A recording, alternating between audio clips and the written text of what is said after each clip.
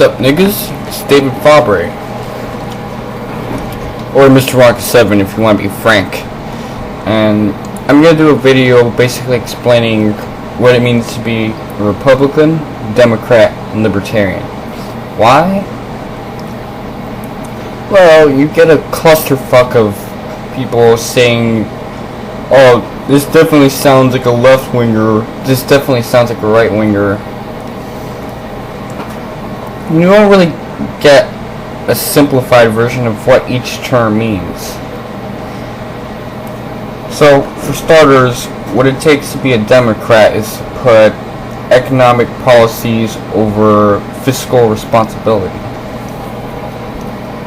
And fiscal is just a fancy word of saying how governments or the state finances something. So what it means is that if there's a plan for how to boost up or help people in an economy, they'll favor that over the budget. Which is why most people find Democrats annoying, especially us libertarians who are free market and consider that total douchebaggery. Now another group is the Republicans. Now Republicans favor fiscal responsibility before all this economic policy nonsense. So what it does is that they basically try to be a little bit more efficient on financing, so those poor people don't get to even more debt.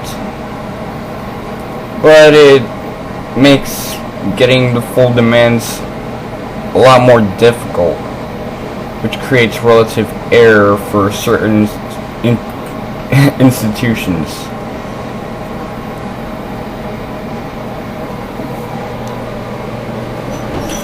And let's say that you think that in the budget all you need to start your farming firm or fast food chain is about $1,000, but it turns out that that's not true. You actually need $1,200 because the market's unpredictable like that, and you can't calculate all these things. So what happens is that profits go down and interest adds up and shit starts to go down. So really that has its disadvantages too. But what puts libertarianism on the edge is that they are completely against statist intervention, which means that you don't have to worry about, relying on the state and all of a sudden what they plan to fund for you is not enough or it's too much, which becomes annoying.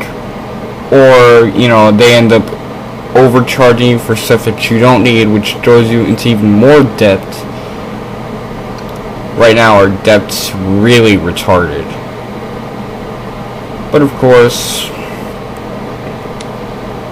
by taking both of these variables away, and understanding the nature of the market, polycentric law, and other things, they can reduce relative error. Now, what's relative error? Relative error is when what you think you need is a percentage away from what you actually need. We'll get to that soon.